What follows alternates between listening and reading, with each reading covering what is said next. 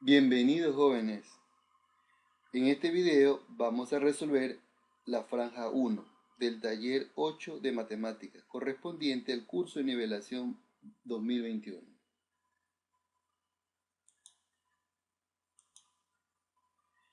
En el tema 1 dice: respecto a la siguiente figura, se sabe que el segmento AC es perpendicular al segmento AE. Sabemos que el segmento AC es perpendicular al segmento AE. Además sabemos que el segmento AE es paralelo al segmento BD. Por lo tanto, el segmento BD es perpendicular al segmento AC. Sabemos que el segmento AC tiene una longitud de 5 raíz de 3. La medida del ángulo BCD es igual a pi sexto. Eso quiere decir 30 grados. ¿Ya? También nos dan como dato que el área de la superficie del triángulo BCD es igual a 9 raíz de 3 sobre 2. Nos piden calcular el segmento de longitud AB que está en la figura. Entonces, empecemos.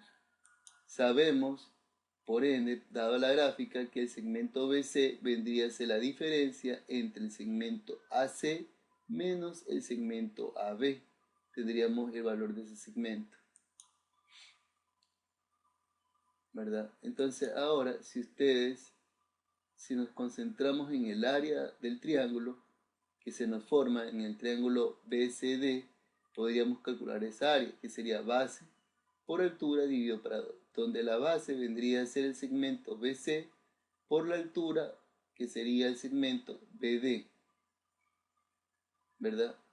Dividido para 2. Esto vendría a ser entonces que el segmento BC reemplaza, ¿no? El segmento BC vendría a ser 5 raíz de 2 menos el segmento AB multiplicado por el segmento BD, que funciona como altura, dividido para 2. Si reemplazo el valor dado de la altura que fue dato del problema, observamos que puedo simplificar los dos.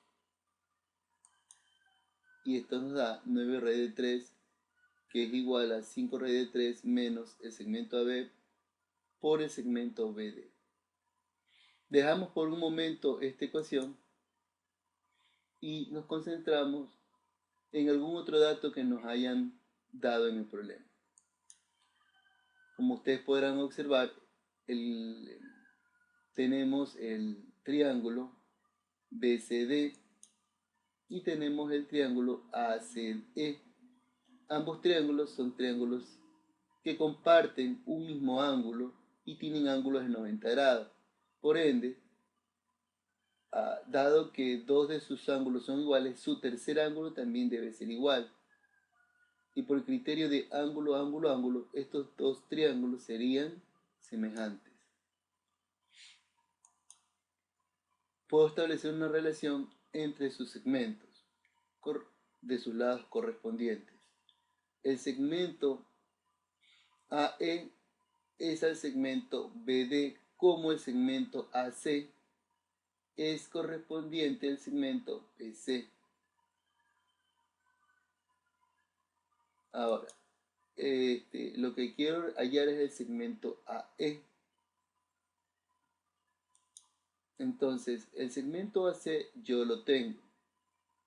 De mi semejanza, el segmento AC yo lo tengo, que vendría a ser 5 raíz de 3.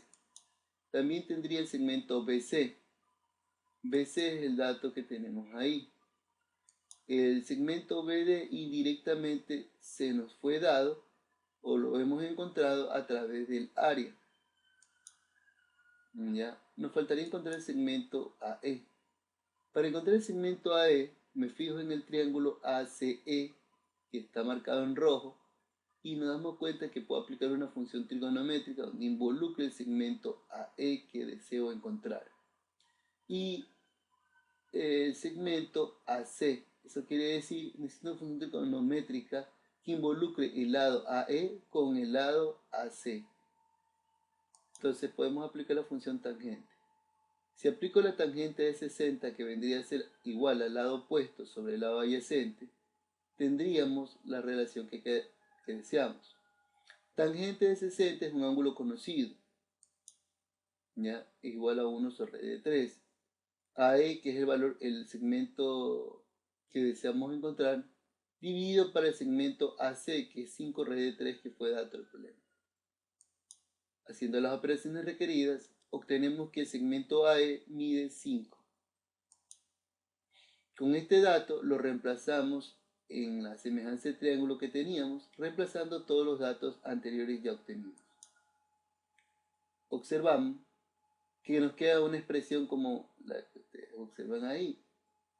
Pero el segmento BD, que es el que nos interesa, ¿verdad? Lo despejamos. Ese valor de segmento lo voy a reemplazar en la ecuación inicial que teníamos con respecto al área. El segmento BD lo voy a reemplazar en la ecuación que está ahí. Entonces veamos qué ocurriría. Entonces, si yo reemplazo la ecuación 2 en la ecuación 1 que tenemos en pantalla, nos va a quedar una expresión como la que está ahí. Todo nos va a quedar en términos del segmento AB, que justamente es el segmento que deseo encontrar. Si efectúo las operaciones requeridas, encontraré e igualaré a 0, entonces nos queda una ecuación cuadrática, la cual va a ser resuelta a través de la fórmula general. Estableciendo la ecuación general de la ecuación cuadrática, encontramos que el valor de AB nos da dos valores, 8 raíz de 3 y 2 raíz de 3. Uno de los dos debe ser respuesta, o los dos pueden ser respuesta.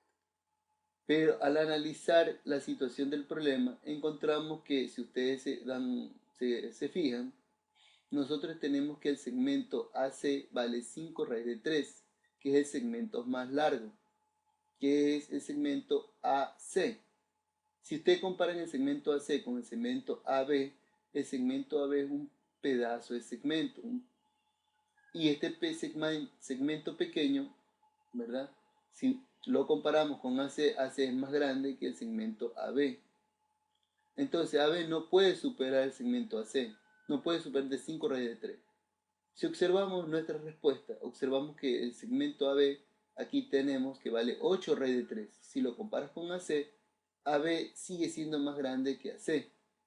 Por ende, esta no puede ser la respuesta, porque AB es 8 raíz de 3 y acá tengo 5 raíz de 3. Y habíamos mencionado que el segmento AB debe ser menor a AC. Por ende, la respuesta no es 8 raíz de 3, pero sí va a ser 2 raíz de 3, dado que 2 raíz de 3 sí es menor a 5 raíz de 3.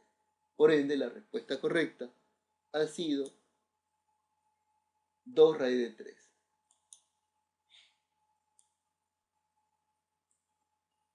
Tema número 2. Calcular el área de la región sombreada de la figura hexagonal regular. Para eso nos valemos de la suma de los ángulos interiores de un hexágono. Todo el mundo sabe que la suma interior de los ángulos interiores de un hexágono está dada por medio de una fórmula que nos dice que el número de lados menos 2 multiplicado por 180 es igual a la suma de los ángulos interiores. Por lo tanto, en nuestro problema tendríamos 6 menos 2 por 180 igual a 720 grados. Entonces, para calcular el ángulo en cada vértice, lo que vamos a hacer es esos 720 dividirlo para 6. Esto nos dará 120 grados. Este 120 grados corresponde a la medida del ángulo interior de cada uno de los vértices de nuestro hexágono regular. Ahora, si ustedes analizan justamente lo que está marcado en rojo, podemos observar que ahí está un triángulo sombreado. Y el ángulo comprendido entre esos dos lados del triángulo expuesto en rojo, la medida de ese ángulo ya la tenemos, es 120 grados. Ahora, si nosotros recordamos que el área de una superficie de un triángulo se la puede obtener mediante la fórmula 1/2 de L al cuadrado seno de teta, ¿verdad? Donde teta es el ángulo comprendido entre los dos lados, tranquilamente podríamos calcular el área. El lado de ese triángulo tendríamos, de ese único triángulo tendríamos 10 al cuadrado por el seno del ángulo que conforman esos dos lados, que es 120 grados. El seno de 120 grados vendría a ser el seno de 60, dado que el seno de 120 grados, dado que 120 grados se encuentra en el segundo cuadrante, el seno de 60 también sería positivo. Por lo tanto, el seno de 60 vendría a ser raíz de 3 sobre 2 y 10 al cuadrado son 100. Efectuando las operaciones requeridas, encontramos que el área de ese triángulo vendría a ser 25 raíz de 3 metros cuadrados. Pero esa no es el área de la región sombreada. Para calcular el área de la región sombreada, lo que vamos a hacer es multiplicar por 2, dado que hay dos triángulos congruentes, idénticos, y hemos encontrado el área de uno de ellos. Por lo tanto, el área sombreada vendría a ser 2 veces esa área. Por lo tanto, el área sombreada vendría a ser 50 raíz de 3. Tema 3. Determine el volumen del sólido de revolución que se genera al girar el polígono de la gráfica alrededor del eje X.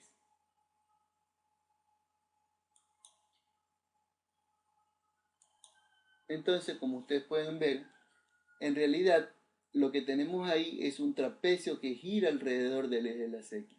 Es verdad que ese trapecio estaría incompleto porque tenemos un triángulo y un cuarto de circunferencia que nos falta. ¿Qué es lo que vamos a hacer? Vamos a sacar el volumen que se genera de ese trapecio y le vamos a restar el volumen que se genera del triángulo menos el volumen que se genera de ese cuarto de circunferencia. Entonces, al volumen del cilindro le vamos a quitar el volumen del triángulo y el volumen del un cuarto de circunferencia y obtenemos el volumen del sólido en revolución.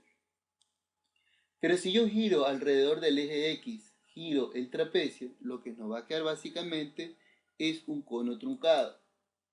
Entonces, verifiquemos eso en esta situación. Si estamos observando, ¿qué se nos va a formar? Un cono truncado. Si giramos ese trapecio alrededor del eje de las X. Por lo tanto, ahorita, en estos momentos, vamos a empezar a calcular el valor de ese cono truncado. Muy bien, ahí tenemos nuevamente nuestra figura inicial.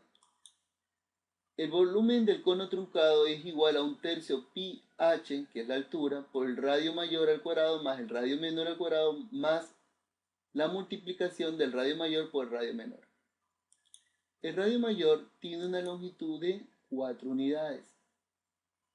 Entonces, el radio menor tiene una longitud de 2 unidades. La altura del cono que tendría que ser 4 unidades. Si reemplazo estos valores, obtendría el volumen del cono truncado. Entonces tendríamos 112 tercios pi unidades cúbicas.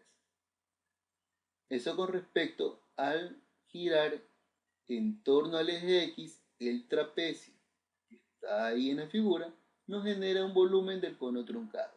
Ahora vamos a calcular el volumen del triángulo pequeño al cual hay que restar y luego vamos a calcular el volumen del cuarto de circunferencia que hay que calcular y también hay que restar para obtener luego el volumen del sólido en revolución. Procedamos. Si ustedes observan aquí tenemos el triángulo, ¿verdad? Que al girar en torno al eje de las X se va a generar nuevamente un cono.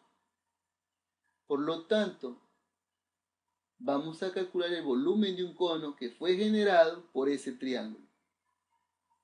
¿De acuerdo? Entonces, vamos a calcularlo.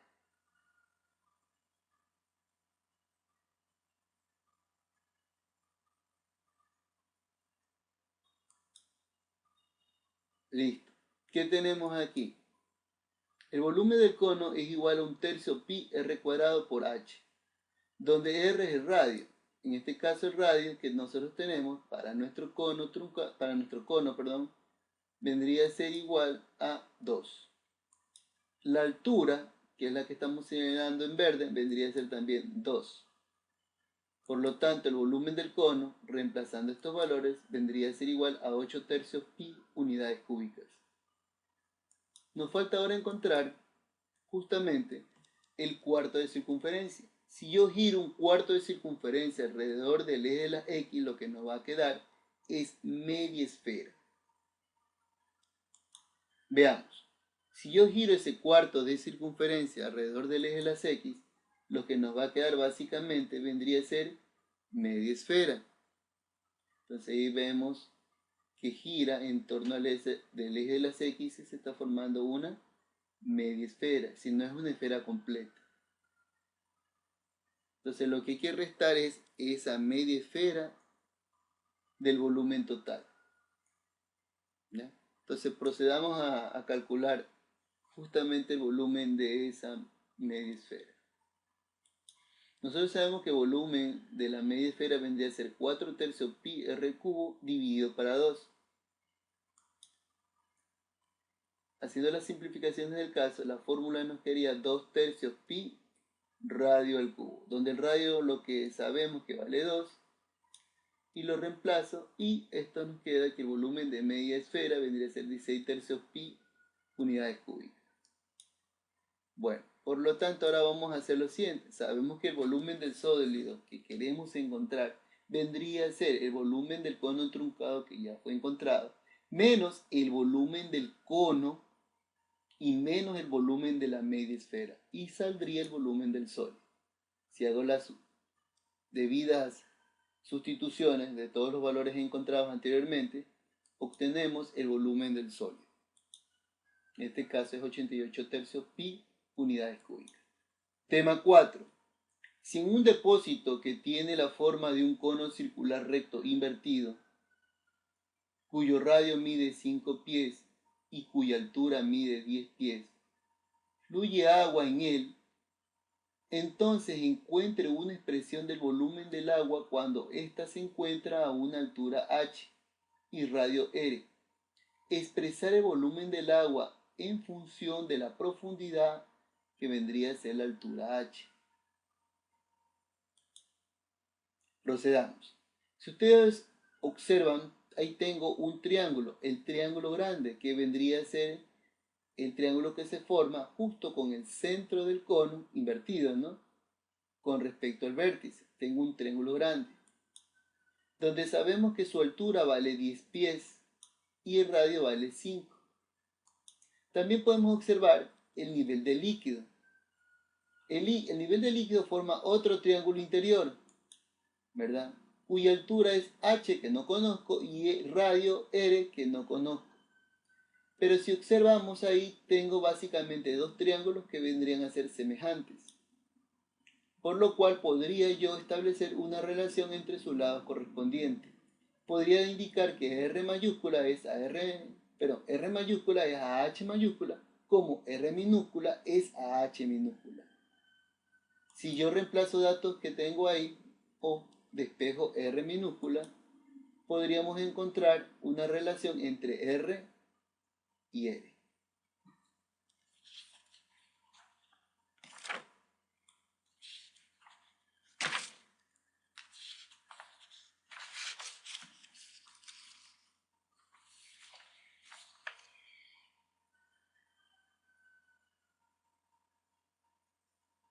Nosotros sabemos que el volumen de un cono vendría a ser igual a 1/3 pi r cuadrado h.